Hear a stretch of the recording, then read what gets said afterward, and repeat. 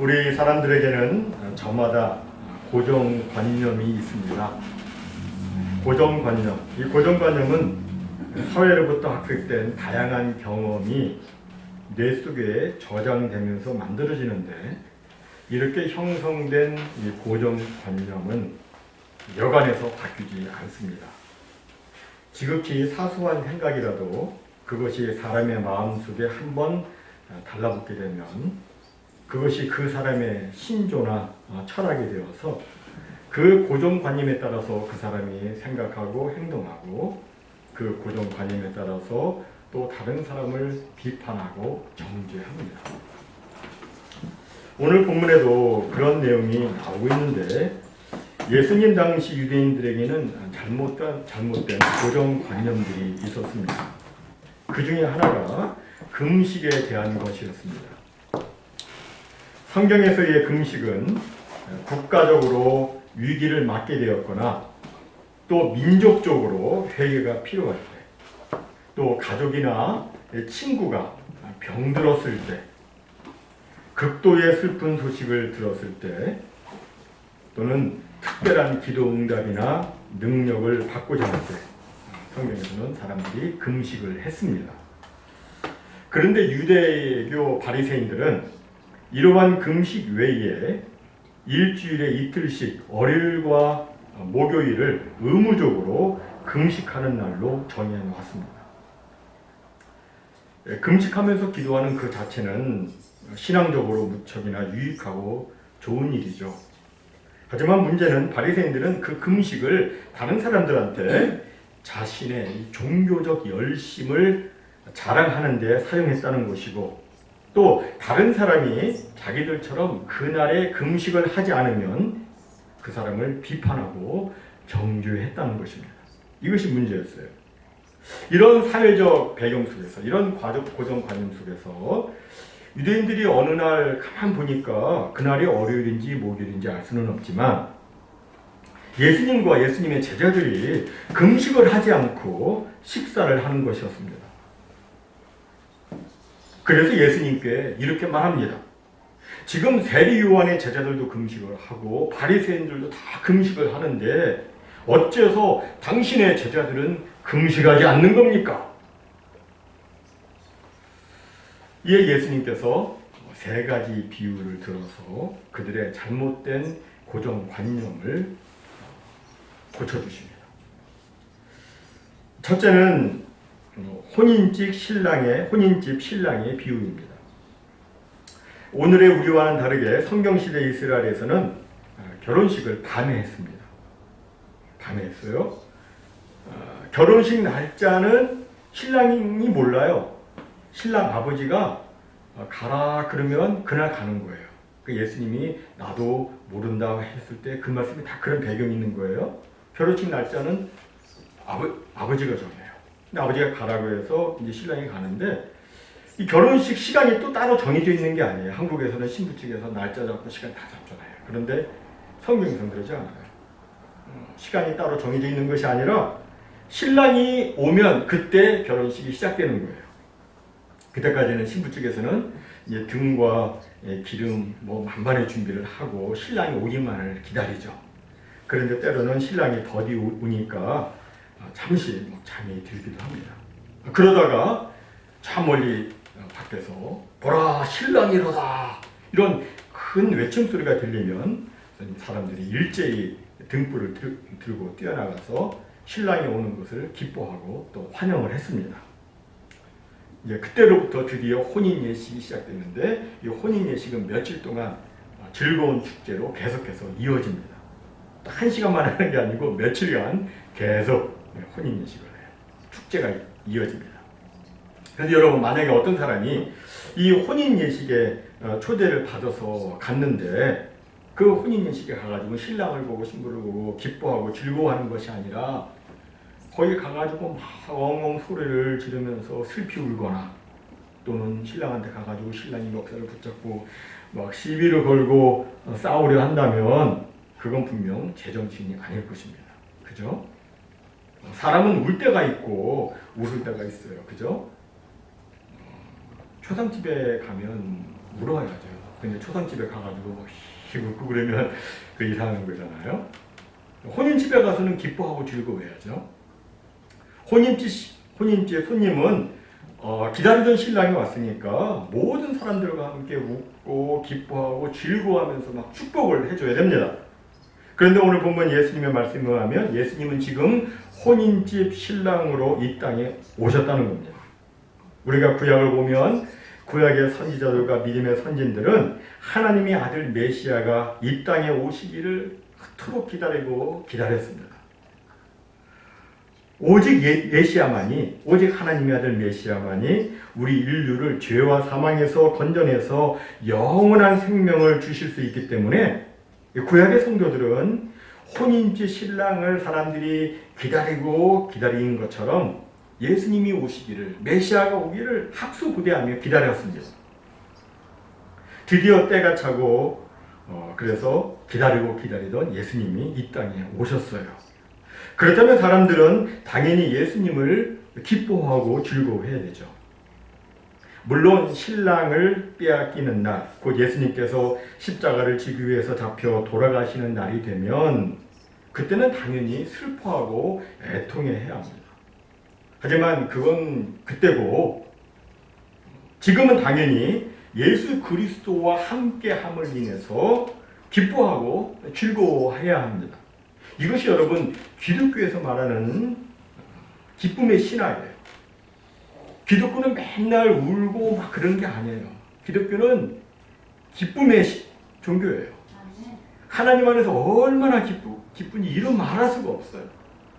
기쁨의 신학입니다. 이것은 우리 신앙생활에도 그대로 적용이 되죠. 우리도 여러분 사랑하는 사람과 함께 있을 때, 사랑하는 엄마, 사랑하는 남편, 아내와 함께 있을 때 그때 그러면 기쁘게 지내야 되는 거예요. 물론 사랑하는 사람이 언젠가는 이 땅을 떠나서 이별하게 되는 슬픈 날이 올 것입니다. 한번 왔으면 다 가는 거니까 이별의 날이 와요. 슬픈 날이 와요. 하지만 그렇다고 해서 지금부터 슬퍼하며 우는 것은 지혜가 아니죠. 앞으로 그날이 20년 후가 될지 30년 후가 될지 모르는데 그 이별의 날을 앞으로 한참 후에 그 이별의 날을 미리 앞당겨가 지금부터 막 슬퍼하고 그런 것은 지혜가 아니죠. 여러분, 예수님은 우리에게 구원의 기쁨과 영생의 축복을 주기 위해서 이 땅에 오셨습니다. 기다리고 기다리던 인류의 유일한 소망, 그분이 오신 거예요. 따라서 우리는 주 안에서 기뻐해야 되는 거예요. 예수 안에 있으면서 아직도 잔치하는 삶이 아니라 초상집의 삶을 살고 있다면 그는 아직 온전한 복음을 누리지 못하고 있는 겁니다. 우리는 그리스도께서 내 안에, 내가 그리스도 안에서 사는 사람들입니다. 우리 모두 어떤 형식과 규례에 의해서 통제되고 억압되어 어둡고 답답한 삶을 사는 것이 아니라 예수님으로 인해서, 예수님 때문에 늘 기뻐하고 예수님으로 인해서 자유함을 누리고 예수님 안에서 늘 평안함을 누리는 그런 삶을 우리가 살아야 되는 겁니다. 늘 기뻐하십시오. 성경은 말씀해요. 주 안에서 항상 기뻐하라고 말씀합니다. 기쁨이 충만한 여러분 모두가 되시기를 주님의 이름으로 축복합니다. 아멘.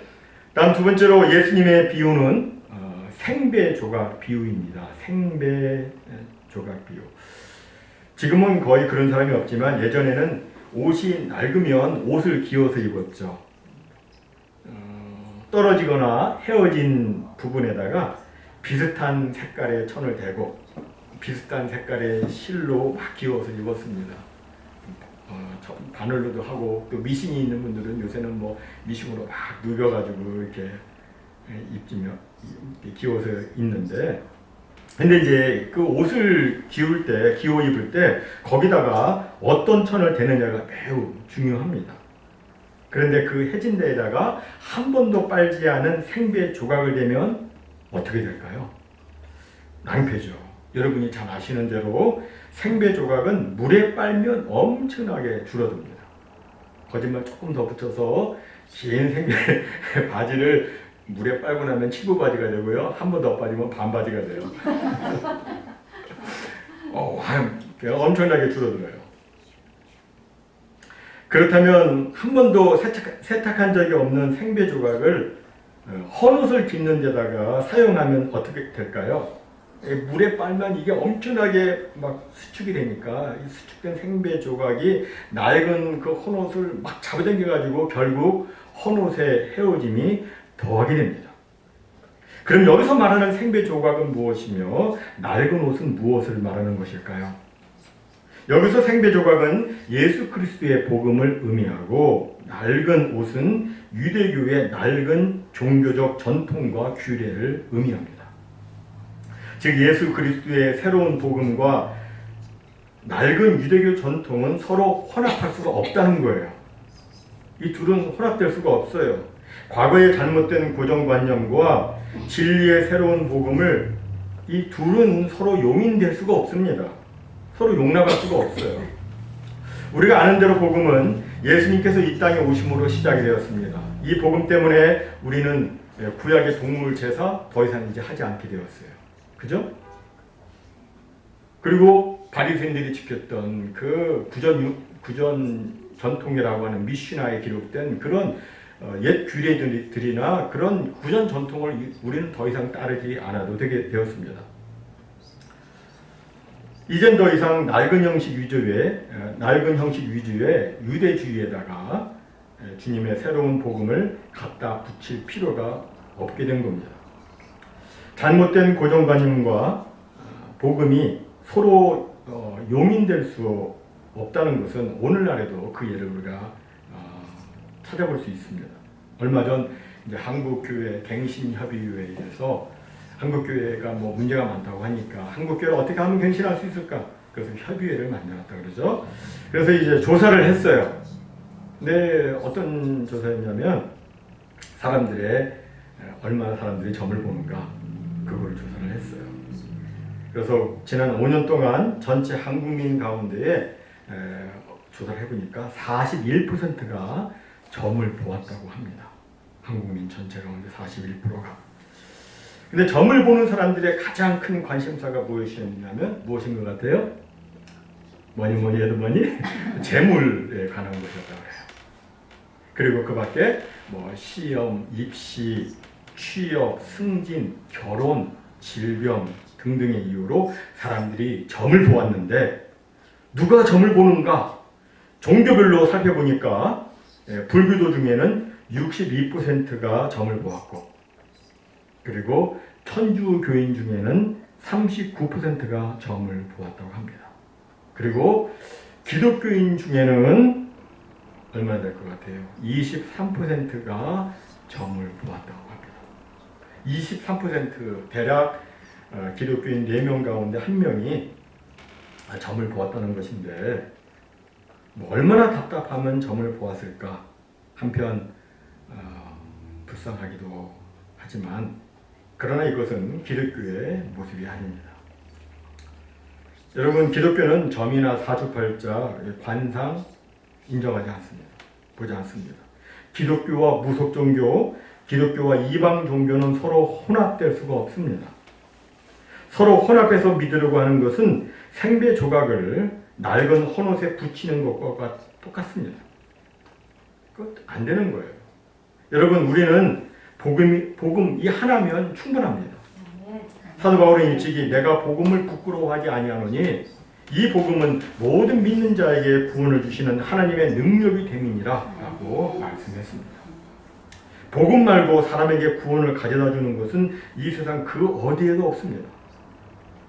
사람들은 무속신앙을 뭐 재미로 한다고 그러는데 그러나 우리 성도는 재미로라도 점을 보거나 뭐 사주팔자, 토종비결, 뭐 토르, 손금, 관상, 점성술 이런 거 보면 안 돼요. 복음에다가 다른 것을 덧대려고 하는 것은 불신앙이고 비신앙입니다. 그건 하나님을 믿는 게 아니에요.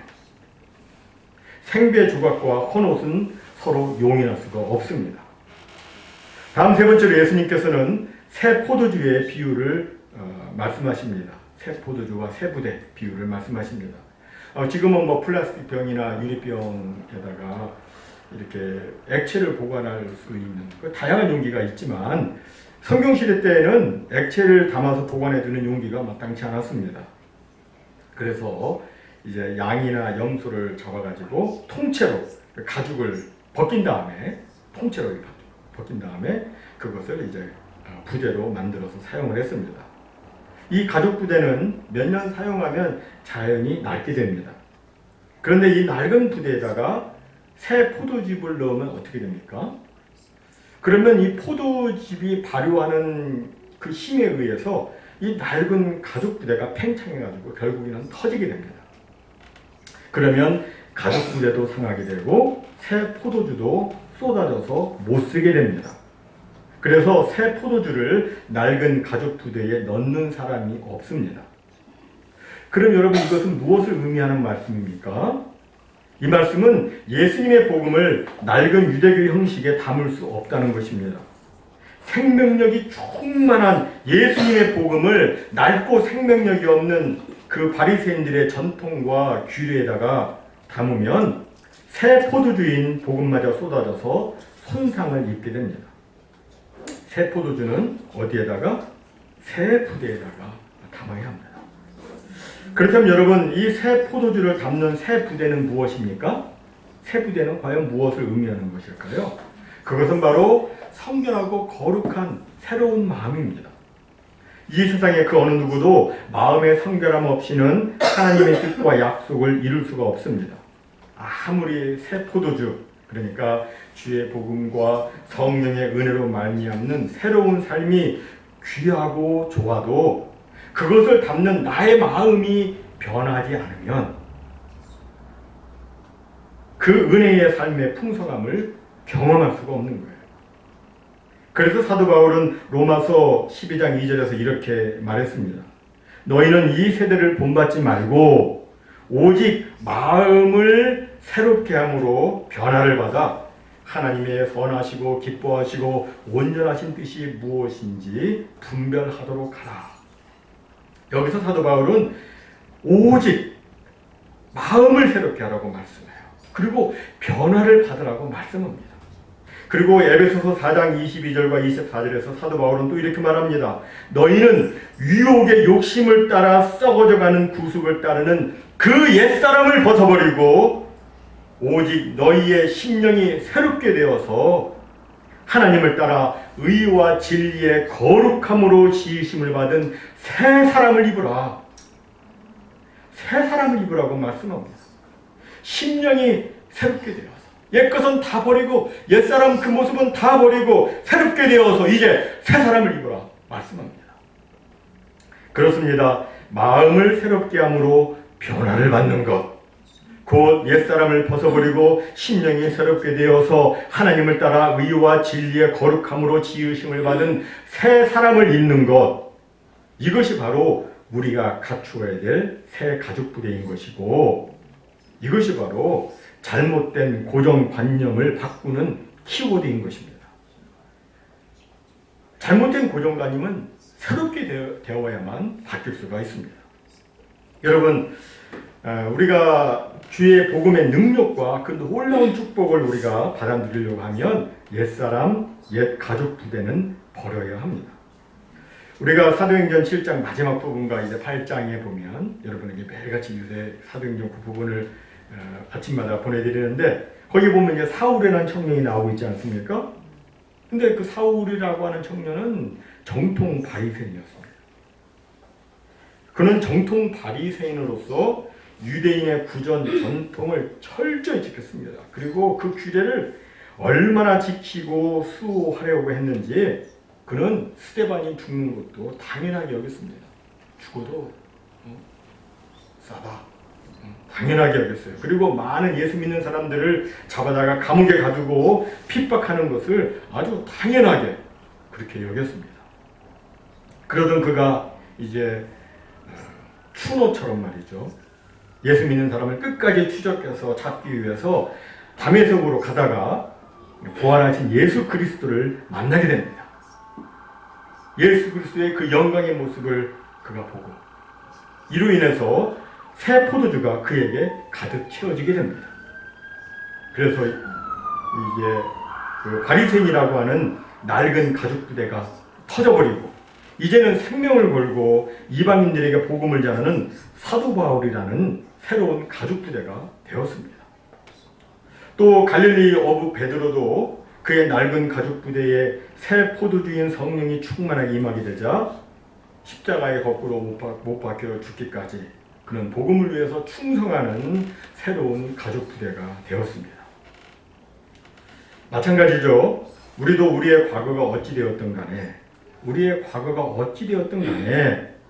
우리의 과거의 고정관념이 어찌 되었든 간에 우리의 심령 속에 새 포도주인 예수의 영, 곧 예수의 복음이 가득 채워지게 되면 우리의 과거의 낡은 가죽 부대는 사라지고 성령을 모신 거룩하고 존귀한 하나님의 새로운 사람이 되는 것입니다. 사랑하는 성도 여러분, 그렇다면 이제 말씀을 맺으면서 도대체 오늘 본문에서 예수님께서 우리들에게 하시고자 하시는 말씀은 무엇이라고 생각이 드십니까? 혼인집 신랑 비유를 통해서 예수님께서 하시고자 하시는 말씀은 성경에도 없는 그런 낡은 형식과 전통, 장로들의 유전이라고 하는 것, 그리고 그 잘못된 고정관념에 묶여서 어두움 가운데서 왜곡되어 살지 말고 신랑 대신 예수 그리스도 안에서 예수 그리스도와 함께 마음껏 복음의 자유함을 누리고 주 안에서 항상 기뻐하고 즐거워하며 살라는 것입니다. 또 생배 조각 비유를 통해서 주님이 말씀하시는 것은 다른 잡다한 것에다가 주의 복음을 갖다 붙이지 말라는 것입니다. 주의 복음은 항상 순수해야 됩니다. 여기다가 다른 것을 혼합하려고 해서는 안 됩니다. 그리고 새 포도주는 새 부대에다가 담아야 하듯이 낡은 것을 절대시하거나 고집하지 말고 하나님의 나라를 위해서 새롭게 변화를 받아 새 마음을 가지고 성령의 새로운 그 창조의 역사에 새롭게 동참하는 사람이 되라. 이것이 주님께서 우리에게 말씀하시는 겁니다. 예전에 영국의 역사학자 토인비는 변화를 거부하면 결국 자기만족, 자아도취, 자기 우상화에 빠져서 망하게 된다고 했습니다. 이것은 기업에도 적용이 되고 나라에도 적용이 되고 또한 개인 신앙에도 그대로 적용이 됩니다. 우리가 진정으로 복음의 활기찬 삶을 살고자 한다면 새롭게 변화를 받아야 합니다. 자신의 썩어져가는 옛 구습을 버리고 새 사람의 옷을 입어야 합니다. 그리스도로 옷 입어야 됩니다. 거룩의 성결의 삶을 살아야 합니다. 매일매일 자신을 하나님 앞에서 자신을 돌아보고 정결케 하시는 성령의 불로 자신의 죄악을 깨끗이 태우고 주의 보혈로 깨끗이 씻어야 하는 것입니다. 이렇게 될 때 그 사람이 온전한 하나님의 사람으로 변화가 돼요. 하나님의 기가 막힌 사람으로 변화가 되어서 정말 하나님의 원하시는 복으로 쓰임을 받게 되고 하나님께 인정을 받게 되고 무사람들에게 존경받는 그런 복된 사람이 되는 것입니다. 모쪼록 그리스도 안에서 새 사람의 옷을 입는 우리 모두가 되기를 바랍니다. 새 포도주는 새 부대에 담아야 하듯이 주님의 이 놀랍고도 영광스러운 복음을 우리의 변화된 새로운 마음에 담기를 바랍니다. 그래서 우리 모두 날마다 성령의 역사로 말미암아 주님의 새 역사에 동참하고 주님께 크게 영광 올려드리는 우리 모두가 다 되시기를 주님의 이름으로 축원합니다. 아멘.